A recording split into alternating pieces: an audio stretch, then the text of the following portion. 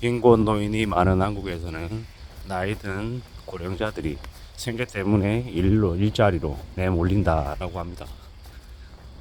일을 할 수 있는 사람, 해야 되는 사람, 그리고 몸이 편한 사람, 나이가 들어서 몸이 아픈 사람, 여러 종류의 사람이 있습니다.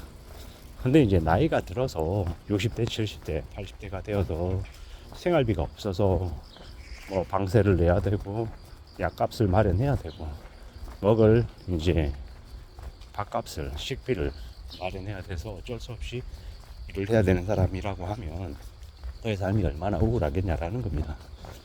우리가 너무도 잘 알고 있다시피 대한민국은 10명 중에 4명이 빈곤 노인입니다. 65세 이상의 이제 은퇴한 노인들, 나이든 노인들 중에서 말입니다. 결국 10명 중에 4명이라고 하면 뭐 거의 절반에 가까운 숫자인 거죠. 아니 어떻게 나이가 그렇게 들 때까지 경제적인 활동 등 여러 가지 활동들을 했을 텐데 왜 그렇게 빈곤층으로 시달리냐라는 것. 되게 이제 아무렇지않습니다. 물론 지금의 뭐 60대, 70대, 80대들은 뭐 국민연금이라고 하는 연금 혜택을 좀 못 받는 사람들도 상당수 있기 때문에 혜택을 못 받은 그들이 아마 빈곤 노인으로 전락한 게 아닐까라는 생각을 해봅니다. 이랬건 저랬건 간에 나이가 들어서 돈이 없다라는 것만큼 서럽고 힘든 일이 없는 것 같습니다. 누가 그런 얘기를 하더라고요. 돈이 없으면 아픈 데가 더 많다고. 돈이 있는 사람들은 되려 건강도 더 잘 챙겨서 나이 들어서도 좀 더 활동을 하고 액티브 시니어라는 얘기를 듣고 경제력, 소비력을 가지고 있기 때문에 주변 사람들에게 좀 더 이제 부러움이나 아니면 대접을 받는데 돈 없는 노인들은 딱 그걸 사람들이 알아보고 되려 더 무시하고 더 하대하고 더 이제 막대하나 봅니다. 그래서 나이 들었지만 경제력이 없어서 돈이 없어서 어쩔 수 없이 저 아래로 추락해서 남들이 꺼려하는 일을 하는 노인들을 보면 참 마음이 서글픕니다. 우리의 부모 세대일 텐데 그들이 저렇게 힘들게 산다라는 건 우리에게 어쩌면 또 하나의 미래의 모습일 수 있기 때문에 더 이제 기분이 안 좋은 거죠. 우리가 앞으로 어떻게 살아야 될지, 살아가면서 돈을 얼마나 무서워하며 지내야 될지를 알려주는 것 같다라는 것입니다. 10명 중에 4명이라니 말이 되냐고요. 좀 말이 안 되는 겁니다.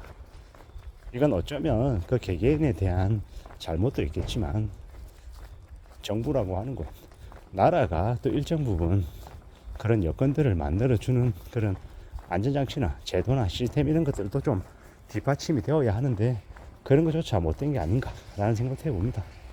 뭐 미국이나 뭐 이런 곳은 뭐 301K인지 501K인지 뭐 연금 관련한 그런 제도가 있어서 뭐 중상층 이상의 사람들은 그래도 나중에 나이가 들고 퇴직하고 난 이후에 연금으로 좀 풍족하게 사는 뭐 그런 경우가 많다고 하는데 한국은 상대적으로 그러한 연금 체제가 좀 늦게 도입이 돼서 그런 것 같다라는 생각도 합니다. 아마도 앞으로 10년이 지나고 20년이 지나고 30년이 지나면 빈곤 노인층의 비율이 뭐 10명 중에 4명에서 뭐 3.5명, 3명 뭐 이렇게 계속 아래로 내려가긴 할 것 같습니다. 하지만 이미 빈곤층으로 전락해서 허덕이면서 사는 사람들을 이제 보게 되면은 마음이 되게 안 좋죠. 매달 이렇게 벌어들인 돈 뭐 100만원, 120만원 남짓해서 월세 50만원, 60만원 내고 뭐 생활비 뭐 밥값 이렇게 20만원 하고 약값도 한 2, 30만원 하고 뭐 이러면 이제 쓸 돈이 없어서 이제 진짜 돈이 없어서 아예 그냥 어디도 나가지도 못하고 이러면 얼마나 서럽겠냐라는 겁니다. 나이가 들수록 바깥에 나가서 사람들을 만나고 이야기 나누고 뭐 이러는 게 더 필요한데 노인이라 할지라도 나가서 누군가를 만나면 돈이 들기 때문에 돈 없는 노인들은 스스로 위축이 돼서 다른 지인들을 만나지도 못하고 그저 집에만 틀어박혀서 텔레비전만 붙들고 살지 않을까라는 생각이 듭니다. 그렇게 되면 더 이제 삶의 관계가 더 이제 축소가 되고 더 위축이 되고 이제 더 이제 서글퍼지는 거죠. 이게 이제 돈 없는 노인들의 현실인 것 같습니다. 뭐 그래도 빚이라도 없으면 자기가 벌어들이는 것만으로 이렇게 살면 그래도 또 좀 힘들어도 견디고 버틴다라고 하는데, 그게 아니라 정말 빚이라도 지면은 더 답이 없는 거죠.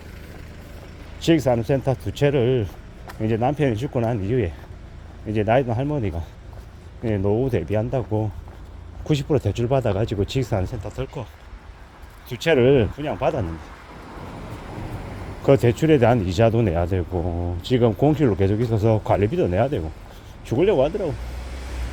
이제 그렇게 해가지고 이제 매달이 이제 대출 원리금 갚아야 되고 뭐 관리비 내야 되고 뭐 이래저래 하다 보니까 청소일을 한 가지 해가지고 답이 없는 거예요. 나이가 60대 중후반 때도 함부로 무리하게 투기했다가 빚을 너무 많이 져서 살아도 사는 게 아니에요. 이제 나이가 들어서 몸은 안 좋은데 대려 일을 한 가지 일이 아니라 한 세 가지 일을 해야 이제 겨우 빚을 갚을 수 있는 수준이 되니 참 저게 뭔가 싶은 거죠. 하다못해 30대나 40대는 좀 젊을 때는 그래도 영끌하면 무리했다라고 하면 인생을 20년 30년 혹은 좀 더 빡세게 일해서 빚을 갚을 수 있을지 모르겠는데 60 중반 넘어서서 몇 억의 빚을 안고 살려면요 살아도 사는 게 아닐 것 같다라는 생각이 듭니다. 좀 정신이 나간 거죠. 뭐 수월하게 좀 더 노년에 좀 덜 힘들게 살려고 그러한 결정을 했을 텐데 그게 되려 삶을 매우 암울하게 만든 겁니다. 이런 무서운 일들이 아마 많이 벌어지고 있는 것 같습니다. 빈곤 노인들이 이제 창궐하는 한국에서 노인들을 상대로 한 투자 사기 아니면 뭐 여러 가지 종류의 사기 사건들이 넘치는 것 같습니다. 나이가 들수록 삶의 관계도 좁아지고 외로워지고 좀 이렇게 고립되는 그런 느낌이 강할 때 친근하게 다가서는 사람들에게 이제 당하는 경우가 되게 많다라는 겁니다. 이게 참 우리네 현실인 것 같습니다. 참 우려스럽고 염려스럽고 많이 고민스러운 것 같습니다. 앞으로 얼마나 많은 이제 빈곤층들이 탄생할지 걱정이 됩니다. 그 중에서 나이가 든 빈곤 노인층들이 아마 삶이 더 우울할 것 같다는 생각이 들어서 말씀을 드려봤습니다. 우리는 언제든 항상 살아가면서 현실을 냉정하게 바라보고 그 현실 속에서 어떻게 살아갈 수 있을지 어떻게 삶을 지킬지를 잘 강구하는 게 좋겠습니다. 물론 쉽진 않습니다. 나름 고통스럽고 힘들고 고민스럽겠지만 그런 와중에도 살아가는 길을 모색하는 게 더 필요하다라고 다시 한번 말씀드리면서 오늘 영상을 마치려 합니다. 감사합니다.